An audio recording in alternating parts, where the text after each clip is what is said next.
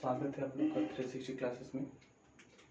पिछले पार्ट में हमने देखा था व्हाट इज कॉन्स्टिट्यूशन, कॉन्स्टिट्यूशन क्या है, और आज हम लोग देखेंगे टाइप्स ऑफ कॉन्स्टिट्यूशन। कॉन्स्टिट्यूशन का टाइप्स आज हम लोग पढ़ेंगे। देखिए, सबसे पहला टाइप्स है कॉन्स्टिट्यूशन का रिटन कॉन्स्टिट्यूशन। आइए सबसे पहले देखते हैं कि रिटन कॉन्स्टिट्यूशन क्या होता है। एक रिटन कॉन्स्टिट्यूशन क्या होता है?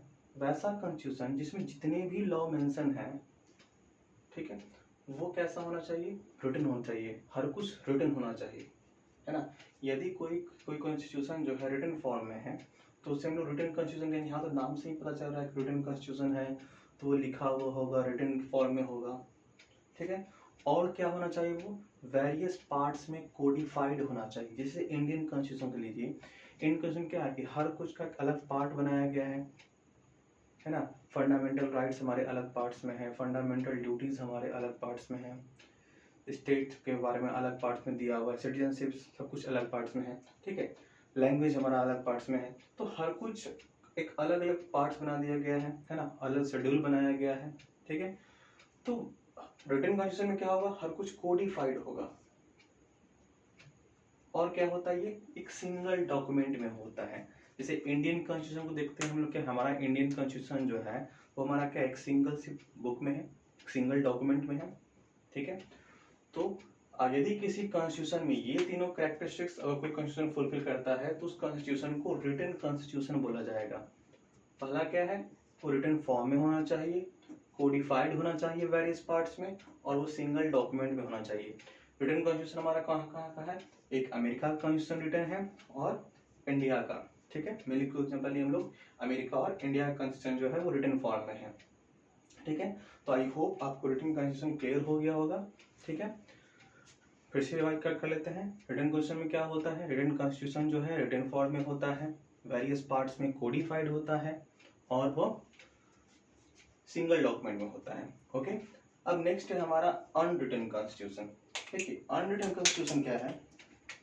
अनरिटन कॉन्स्टिट्यूशन जो है, अब ऐसा नहीं कि देखिए नाम यहाँ है कि अनरिटन कॉन्स्टिट्यूशन, तो इसका मतलब ये नहीं है कि ये लिखा हुआ नहीं होगा, है ना। अब देखिए, कोई कॉन्स्टिट्यूशन अगर लिखा हुआ नहीं है तो ऐसा पॉसिबल ही नहीं है ना।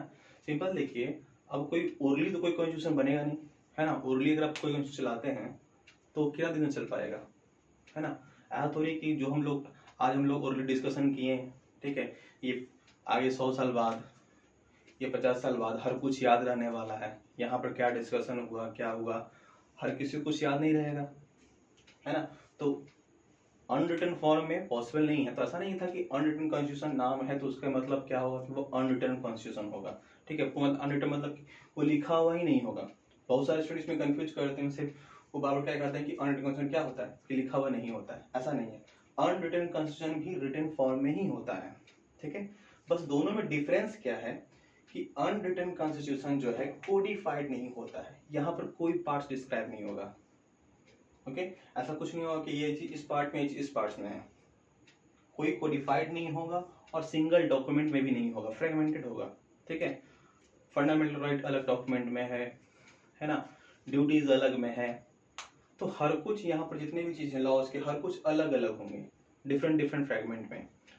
तो अनरिटन कॉन्स्टिट्यूशन कहाँ पर हमारा है? यूके में और न्यूजीलैंड में, ठीक है। तो आई होप ये भी क्लियर हो गया होगा। अनरिटन कॉन्स्टिट्यूशन में हमारा क्या होता है? ये रिटन फॉर्म में होता है, याद रखिएगा, ठीक है। और ये कोडिफाइड नहीं होता है, ठीक है, और ना ही ये सिंगल डॉक्यूमेंट में होता है। देखिए, दोनों का सिंपल है, ये याद हो जाएगा, ये अपने आप याद हो जाएगा। बस में क्या याद रखना है कि अनरिटन जो है वो रिटन फॉर्म में होता है। क्यों होता है बताया ना, क्योंकि ओरली, है ना, अगर कुछ लिखा हुआ नहीं है तो ओरली पॉसिबल ही नहीं है, ठीक है। ज्यादा लंबे तो चल भी नहीं पाएगा, ठीक है। तो ये क्लियर हो गया होगा। अब आते हैं हम लोग नेक्स्ट टाइप्स में, जो कि है इनैक्टेड कॉन्स्टिट्यूशन। अब देखिए, इनैक्टेड कॉन्स्टिट्यूशन क्या होता है? इनैक्टेड कॉन्स्टिट्यूशन का पहला कैरेक्टरिस्टिक क्या है कि इनैक्टेड कॉन्स्टिट्यूशन वह कॉन्स्टिट्यूशन होगा जिस कॉन्स्टिट्यूशन को एक सिंगल बॉडी राइट की हो, ठीक है। एक सिंगल बॉडी के पास टास्क हो उस कॉन्स्टिट्यूशन को राइट करने का, ओके। ये कहां पर आपका है? यूएसए में है और इंडिया में। जैसे इंडियन कॉन्स्टिट्यूशन, है ना, हमारा कॉन्स्टिट्यूशन कौन तैयार किया था? हमारा संविधान सभा, ठीक है, हमारी कॉन्स्टिट्यूशन असेंबली ने हमारे कॉन्स्टिट्यूशन को प्रिपेयर किया तो एक सिंगल बॉडी थी। ठीक है, तो इंडियन कॉन्स्टिट्यूशन में कैसा कॉन्स्टिट्यूशन है, इनएक्टेड कॉन्स्टिट्यूशन है। अमेरिका भी कैसा है, इनएक्टेड कॉन्स्टिट्यूशन है। ठीक है, और सिंगल बॉडी इस कॉन्स्टिट्यूशन को राइट करे, इसके साथ ही जितने भी उसमें एक्ट हैं, है ना, वो कॉन्स्टिट्यूशन जो है एक बार में इनएक्ट होना चाहिए, वन सिंगल गो में इनएक्ट होना चाहिए। ठीक है, जैसे कि इंडियन कॉन्स्टिट्यूशन है 1949 में हमारा इनएक्ट हो गया पूरा, 1950 में 26 जनवरी 1950 को, ठीक है, पूरा कॉन्स्टिट्यूशन जो है इनएक्ट हो गया हमारा। तो वन सिंगल गो में इनएक्ट होना चाहिए। ठीक है, और एक सिंगल बॉडी को राइट करना चाहिए। ठीक है, अमेरिका में भी क्या हुआ था, जैसे अमेरिका क्या था, अमेरिका पहले ब्रिटिश की कॉलोनी थी, है ना, अमेरिका पहले ब्रिटिश की कॉलोनी थी। तो वहां के लोगों ने क्या किया, ब्रिटिशों के खिलाफ रिवोल्ट किया, रिवॉल्यूशन हुआ, अमेरिकन रिवॉल्यूशन पढ़े होंगे आप लोग। ठीक है, तो इस रिवॉल्यूशन के बाद ब्रिटिश जो है डिफीट हो गई। ब्रिटिश जब डिफीट हो गई तो वहां के जितने भी कॉलोनी थे अमेरिका के, ठीक है, जो ब्रिटिश के कॉलोनी थे, उन लोगों ने डिसाइड किया क्या, ठीक है, कि हम लोग एक हो जाएंगे, एक होके, ठीक है, हमारा कॉन्स्टिट्यूशन एक होगा, है ना, सब लोग ने एग्रीमेंट किया। ठीक है, हमारा कॉन्स्टिट्यूशन एक हो, तो उन्होंने क्या किया, उन्होंने एक जगह है फेडरल, ठीक है, वहां पर इकट्ठा हुए, और इकट्ठा होने के बाद जो है फेडरल में इकट्ठा होने के बाद उन्होंने उनका एक सिंगल बॉडी जो है वो क्या किया, इस कॉन्स्टिट्यूशन को प्रिपेयर किया, और 1787 में उनका कॉन्स्टिट्यूशन प्रिपेयर हो गया था यूएसए का, और 1789 में उसे इनेक्ट किया गया था। ठीक है, यूएसए का कॉन्स्टिट्यूशन जो है 1789 में इनेक्ट हुआ है, और 1787 में प्रिपेयर्ड हुआ था। ठीक है, तो ये क्लियर होगा आई होप। इनेक्टेड कॉन्स्टिट्यूशन क्या होता है, जहां इनेक्टेड कॉन्स्टिट्यूशन वह कॉन्स्टिट्यूशन है जिसको एक सिंगल बॉडी राइट करती है, और वो वन सिंगल वो में इनेक्ट होगा। ओके, चलिए अब आते हैं इवॉल्व्ड कॉन्स्टिट्यूशन। देखिए जस्ट इसका ऑपोजिट है। इवॉल्व कॉन्स्टिट्यूशन में क्या होता है, कोई सिंगल बॉडी के पास टास्क नहीं है राइट करने का। ठीक है, क्योंकि यहाँ पर हर अलग डिफरेंट बॉडी, ठीक है, राइट कोई अलग बॉडी लिख रही है, ड्यूटीज कोई अलग बॉडी लिख रही है ना, हर कुछ अलग अलग बॉडी लिख रही है। यहाँ पे कोई सिंगल बॉडी जो है इस कॉन्स्टिट्यूशन को राइट नहीं करेगा। ठीक है, और ये सिंगल गो में भी इनेक्ट नहीं होता है।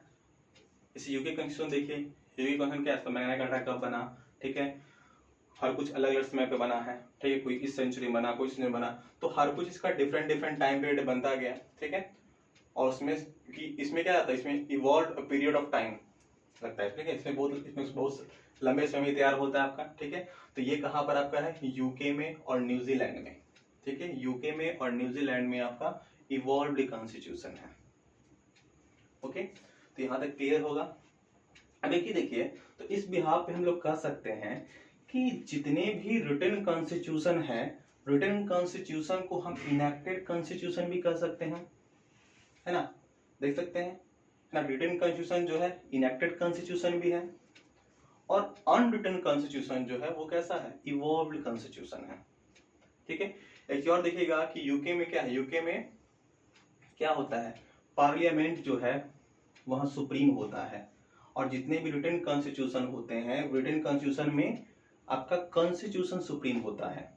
ठीक है, जितने भी रिटन कॉन्स्टिट्यूशन है वहां पर कॉन्स्टिट्यूशन सुप्रीम होगा, और जहां भी अनरिटन कॉन्स्टिट्यूशन है वहां पर कॉन्स्टिट्यूशन सुप्रीम नहीं होता, वहां पर पार्लियामेंट सुप्रीम होता है। मतलब वहां के पार्लियामेंट जो है कुछ भी लॉ बना सकती है, कॉन्स्टिट्यूशन के ओपोज जा सकती है ना। लेकिन जहां पर रिटन कॉन्स्टिट्यूशन होगा या इनेक्टेड कॉन्स्टिट्यूशन होगा, वो लोग वहां पर कॉन्स्टिट्यूशन ही हमारा क्या होता है, सुप्रीम होता है। हम ऐसा कोई भी लॉ नहीं बना सकते जो उसके ओपोज में हो। ठीक है, वरना वो क्या किया जाएगा, अनकॉन्स्टिट्यूशनल माना जाएगा। लेकिन यूके वगैरह में ऐसा नहीं है, वहां पर पार्लियामेंट्री सुप्रीमेसी है। ओके, तो ये क्लियर हो गया होगा, written constitution, unwritten constitution, enacted constitution and evolved constitution. Okay, क्या पढ़ा हमें रिटन कॉन्स्टिट्यूशन में, रिटन कॉन्स्टिट्यूशन जो है में क्या होगा, रिटन फॉर्म में कोडिफाइड होगा। ओके, और वन सिंगल डॉक्यूमेंट में। अनरिटन कॉन्स्टिट्यूशन में क्या है, रिटन होगा, कोडिफाइड नहीं है, और not in single document. Enacted constitution में क्या है हमारा, कि one single body have a task to write a constitution and enact in one single go, and in evolved constitution no single body have a write a task to write a constitution and not enacting one single go. Okay, written constitution में क्या होती है, constitution supreme होता है और unwritten constitution में parliament supreme होता है। ओके, अब आते हैं हम लोग, बहुत ही इंपॉर्टेंट टॉपिक है ये टाइप्स है, फेडरल कॉन्स्टिट्यूशन, है ना। देखिए ऐसे फेडरल का एक्चुअल एक्यूरेट डेफिनेशन कहीं पर नहीं है, ठीक है। तो मेनली क्या माना जाता है कि सबसे पहला जो फेडरल कंट्री है, कॉन्स्टिट्यूशन जहाँ का है, वो हमारा यूएसए के है, यूएसए का। तो यूएसए का जो कैरेक्टरिस्टिक्स है, ठीक है, उसी को हम लोग फेडरल मान के चलते हैं, ठीक है, उसी को फेडरल का कंसेप्ट उसी से लिया गया है। तो देखिए यूएसए में क्या है कि वहां पर डुअल गवर्नमेंट है, पावर का डिस्ट्रीब्यूशन है, रिटन कॉन्स्टिट्यूशन है, रिजिड सुप्रीम है, इंडिपेंडेंट जुडिशरी है। तो जहां पर ये पांचों कैरेक्टरिस्टिक्स जिस कॉन्स्टिट्यूशन का फुलफिल होगा, वह कॉन्स्टिट्यूशन जो है फेडरल कॉन्स्टिट्यूशन कहलाएगा। ओके, देखिए पहला कैरेक्टरिस्टिक क्या है कि डुअल गवर्नमेंट होना चाहिए, पावर का डिस्ट्रीब्यूशन होना चाहिए, रिटन कॉन्स्टिट्यूशन होना चाहिए, रिजिड या कॉन्स्टिट्यूशन वहां का सुप्रीम होना चाहिए, और इंडिपेंडेंट जुडिशरी होना चाहिए। अब बात करते हैं कि क्या इंडिया हमारा फेडरल कॉन्स्टिट्यूशन के सारे कैरेक्टरिस्टिक्स को फुलफिल करता है। देखिए जैसे कि सबसे पहले बात करते हैं, ये मैं रख करता हूं,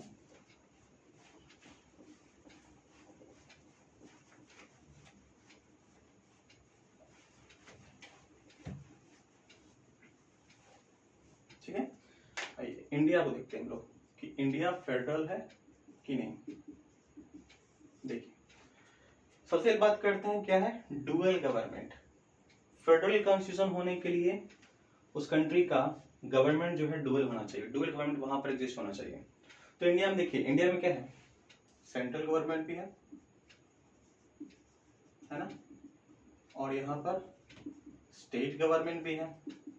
तो इस बिहाफ पे तो हम कह सकते हैं कि India is a federal country, क्योंकि यहाँ पर डुअल गवर्नमेंट है ना, डुअल गवर्नमेंट है लोग, ठीक है। और दूसरा क्या है हमारा, डिस्ट्रीब्यूशन ऑफ पावर, पावर का यहाँ डिस्ट्रीब्यूशन है। देख सकते हैं 3 लिस्ट हमारे पास है ना। एक है यूनियन लिस्ट, यूनियन लिस्ट में जितने भी सब्जेक्ट दिए हुए हैं वो पावर किसके पास है, सेंट्रल गवर्नमेंट के पास। दूसरा है हमारा स्टेट लिस्ट, ये पावर किसके पास होगा, स्टेट गवर्नमेंट के पास। तीसरा है कंकरेंट लिस्ट, कंकरेंट लिस्ट में जितने भी सब्जेक्ट हैं वो दोनों के पास पावर है उस पर लॉ बनाने का, ठीक है। तो यहाँ पर देख सकते हैं कि पावर का डिस्ट्रीब्यूशन भी है ना, डिस्ट्रीब्यूशन ऑफ पावर भी है यहाँ पर।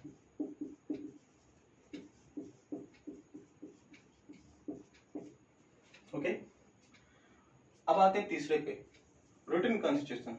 हमारा कॉन्स्टिट्यूशन रिटन भी है ना, हमने पढ़ा भी है कि हमारा कॉन्स्टिट्यूशन क्या है, रिटन है, ठीक है। टेबल देखा भी था, रिटन में क्या था, रिटन कॉन्स्टिट्यूशन होना चाहिए, ठीक है, कोडिफाइड होना चाहिए, वन सिंगल डॉक्यूमेंट होना चाहिए, रिटन भी हमारा कॉन्स्टिट्यूशन है। तो ये भी कैरेक्टरिस्टिक फुलफिल कर रही है। चौथा क्या आपका, रिजिड या सुप्रीम।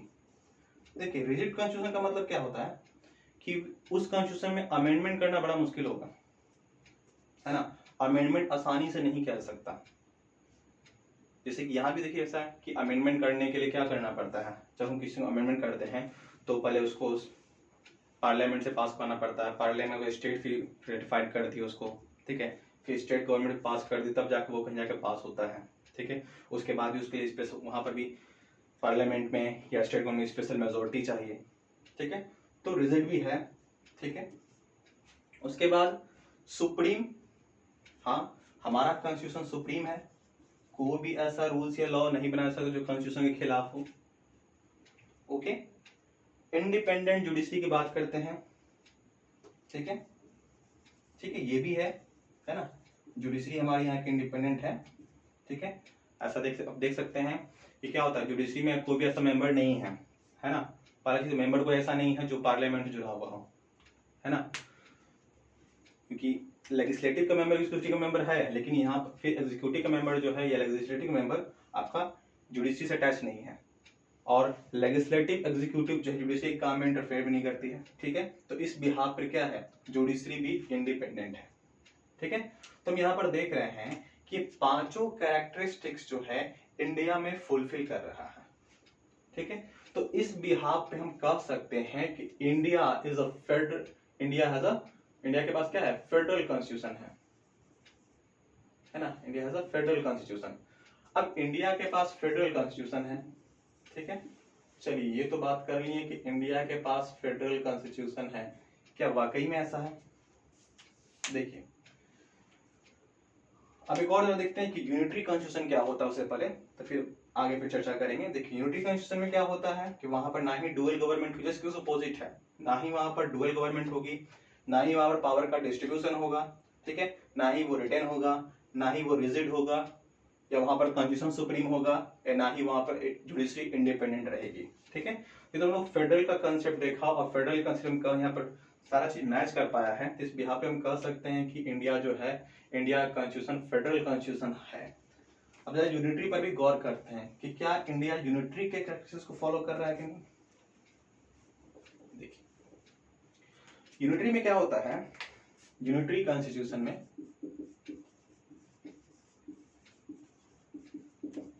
पहला चीज क्या है कि वहां पर डुअल गवर्नमेंट नहीं होती है। अब देखिए इंडिया में भी ऐसा कुछ है। देखिए जब इमरजेंसी के केस में, ठीक है, जब आपातकाल लगाया जाता है तो वहां पर क्या किया जाता है कि स्टेट गवर्नमेंट से पावर को स्नैच कर लिया जाता है। ठीक है, यूनिटरी कॉन्स्टिट्यूशन में भी ऐसा ही कुछ होता है।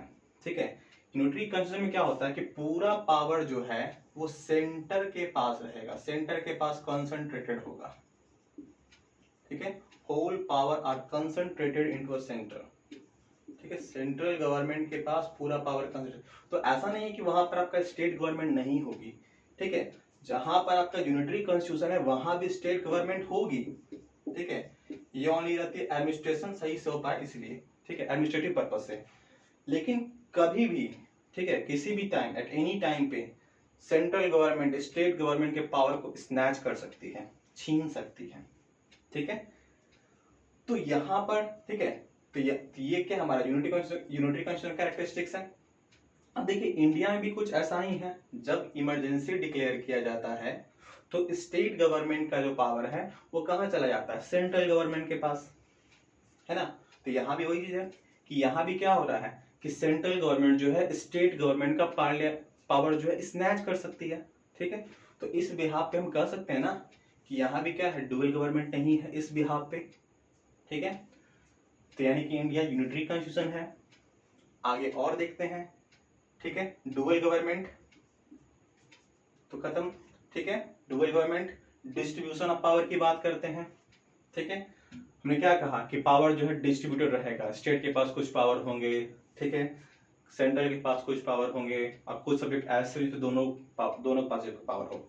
लेकिन यहाँ देखिए ये होता है ना इमरजेंसी के पर्पस में, बताया अभी मैंने कि इमरजेंसी के पर्पस में क्या होता है कि पावर स्नैच कर लिया जाता है। ठीक है, पावर स्नैच कर लिया जाता है मतलब पावर का डिस्ट्रीब्यूशन, पूरा पावर जो है सेंट्रल गवर्नमेंट के पास कंसंट्रेटेड हो जाती है। तो इस बिहार पर देख सकते हैं कि डिस्ट्रीब्यूशन ऑफ पावर का भी कंसेप्ट क्या, ठीक है, रिटन कॉन्स्टिट्यूशन खैर है। अब आते हैं रिजिड।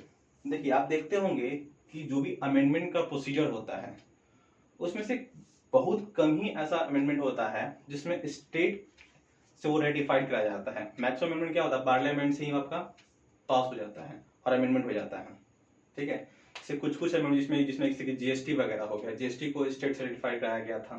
ठीक है, तो उस पे आप तो रिजिड है, लेकिन आप देख सकते हैं कि मैक्सिमम अमेंडमेंट जो है, ठीक है, उसमें स्टेट का रेटिफिकेशन नहीं लिया जाता है, डायरेक्टली वो आपका सेंट्रल गवर्नमेंट उससे क्या करती है, सेंट्रल गवर्नमेंट नहीं, पार्लियामेंट जो है उसे पास कर देती है। ठीक है, पार्लियामेंट जो है उसे पास कर देती है। ठीक है, वहीं से आपका वो अमेंडमेंट हो जाता है। ठीक है, तो वहां पर क्या करता हूं तो वो हमारा रिजिड भी नहीं हुआ। ठीक है, उसके बाद बात करते हैं इंडिपेंडेंट जुडिशरी। देखिए पहले क्या था, अभी तो खैर ठीक हुआ कि कोलोजियम के पास राइट हो गया कि वो सुप्रीम कोर्ट के जो चीफ जस्टिस होंगे उनको चुनने का। ठीक है, पहले क्या था, ये पावर किसके पास थी कि जो प्राइम मिनिस्टर जो है मिनिस्ट्री ऑफ होम है ना, प्राइम मिनिस्टर या होम मिनिस्टर जो है वो रेफर करते थे प्रेसिडेंट को कि लिस्ट उनके पास कि कौन हमारा चीफ जस्टिस होगा। तो इसके भी आप देखे होंगे कि बहुत बार चीफ जस्टिस जो है चेंज भी हो चुके हैं, चेंज भी हुए थे, और बहुत बार ऐसे चीफ जस्टिस बन जाते हैं जिनके पास एक्सपीरियंस ज़्यादा है, और जिनके पास एक्सपीरियंस कम है तो कम एक्सपीरियंस वालों को भी चीफ जस्टिस बना दिया जाता था। ठीक है, तो वहां पर जुडिशरी भी इंडिपेंडेंट नहीं हुई। अब बहुत बार देखते हैं हम लोग क्या कि स्टेट पार्लियामेंट जो है जुडिशरी के काम में इंटरफेयर करती है। ठीक है, तो इंडिपेंडेंट जुडिशरी जो है इस बिहाफ पर भी नहीं है। ठीक है, तो इस बिहाफ पे हम कह सकते हैं कि यूनिटरी कॉन्स्टिट्यूशन, इंडियन कॉन्स्टिट्यूशन जो है यूनिटरी कॉन्स्टिट्यूशन है। ठीक है, तो यहाँ पर क्या हो रहा है कि इंडियन कॉन्स्टिट्यूशन जो है के पास फेडरल का भी कैरेक्टरिस्टिक्स है और यूनिटरी का भी कैरेक्टरिस्टिक है। ठीक है, इंडियन कॉन्स्टिट्यूशन के पास फेडरल और यूनिटरी दोनों का कैरेक्टरिस्टिक्स है। इस बिहाफ पे कहा गया है कि इंडियन कॉन्स्टिट्यूशन जो है वो कैसा है, क्वासी फेडरल है। ठीक है, याद रखिएगा कि इंडियन कॉन्स्टिट्यूशन कैसा है, क्वासी फेडरल है। ठीक है, मतलब कि पूरी तरह से फेडरल नहीं है। अब देखिए ऐसा क्यों बनाया गया, देखिए ऐसा इसलिए बनाया गया, देखिए यूनिटरी कब होगा, आप देखेंगे यूनिटरी इंडियन कॉन्स्टिट्यूशन कब हुई है, इन द पर्पस कि जब क्या हुआ, इमरजेंसी के पर्पस में। ठीक है, मतलब कि जब भी देश पर कुछ तरह का खतरा होगा, ठीक है, जब भी जरूरत होगी उस तरह की पावर एक गवर्नमेंट, सेंट्रल गवर्नमेंट के पास में होनी चाहिए। ठीक है, तो उस केस में इंडिया जो है यूनिटरी कॉन्स्टिट्यूशन है ना, इंडिया जो कैसा बन रहा है, यूनिटरी बन रहा है। ठीक है, बाकी ऐसे as it general form India कैसा है, फेडरल कॉन्स्टिट्यूशन के बिहाफ है ना, लेकिन जहां पर देश को खतरा होता है, जहां पर इमरजेंसी का माहौल होता है, ठीक है, जहां पर बहुत ज्यादा आवश्यक पड़ जाती है पावर को स्नैच करने की, वहां पर हमारा कॉन्स्टिट्यूशन जो है कैसा होता है, यूनिटरी होता है। ठीक है, तो यूनिटरी है फीचर्स, लेकिन ये भी हमारे कंट्री के भलाई के लिए ही है। ओके, तो ये हमारा, ठीक है, तो इस बिहाफ पे हम कह सकते हैं कि इंडियन कॉन्स्टिट्यूशन जो है वो कैसा है, क्वासी फेडरल है। ठीक है, तो हमारा क्लियर हो गया कंसेप्ट पूरा कि टाइप्स ऑफ कॉन्स्टिट्यूशन का हमने देखा क्या क्या आज के लेक्चर में हमने, कि रिटन कॉन्स्टिट्यूशन क्या होता है, अनरिटन कॉन्स्टिट्यूशन क्या होता है, इनएक्टेड कॉन्स्टिट्यूशन कैसा क्या होता है, इवॉल्व्ड कॉन्स्टिट्यूशन क्या होता है, फेडरल कॉन्स्टिट्यूशन क्या होता है, और यूनिटरी कॉन्स्टिट्यूशन क्या होता है। ठीक है, और इस यहाँ पे हमने देखा भी कि इंडियन कॉन्स्टिट्यूशन जो है वो कैसा है, फेडरल नहीं है। ठीक है, पूरी तरह से ना ही फेडरल है, ना ही पूरी तरह से यूनिटरी है। इंडियन कॉन्स्टिट्यूशन जो है कैसा है, क्वासी फेडरल है। ओके, और देखिए ये जो फेडरल यूएसए से लिया गया था फेडरल का कंसेप्ट। ठीक है, और यूएसए जो है, यूएसए में जितने भी वहां क्या होते हैं, एक एग्रीमेंट के तहत जो है सारे स्टेट्स है ना उसमें शामिल हुए थे। लेकिन अब यहाँ पर क्या है, यहाँ पे ऐसा नहीं कि जितने भी स्टेट यहाँ पर शामिल हुए एग्रीमेंट के तहत। ठीक है, कि देखिए एग्रीमेंट कभी तोड़ा भी जा सकता है। ठीक है, तो यहाँ पर स्टेट के पास वो राइट, अब जहाँ पर आप एग्रीमेंट करिए मतलब एग्रीमेंट सब अलग भी हो सकते हैं। ठीक है, आप अपना अलग कंट्री बना सकते हैं, लेकिन यहाँ पर स्टेट के पास वो राइट नहीं है। ठीक है, हाँ आप स्टेट का डिवीजन हो सकता है, लेकिन आप कंट्री से बाहर नहीं जा सकते। ठीक है, क्योंकि यहाँ कोई एग्रीमेंट इस तरह का नहीं किया गया है। ठीक है, तो इंडियन कॉन्स्टिट्यूशन हमारा कैसा कॉन्स्टिट्यूशन है, क्वासी फेडरल है। ठीक है, तो आई होप पूरा लेक्चर आपको ये क्लियर हो गया होगा टाइप्स ऑफ कॉन्स्टिट्यूशन। कोई भी डाउट हो आप नीचे कमेंट बॉक्स में लिख सकते हैं, नेक्स्ट क्लास में इस डाउट को क्लियर किया जाएगा। ठीक है, ओके, थैंक यू। आगे हम लोग फिर मिलेंगे नेक्स्ट क्लास में।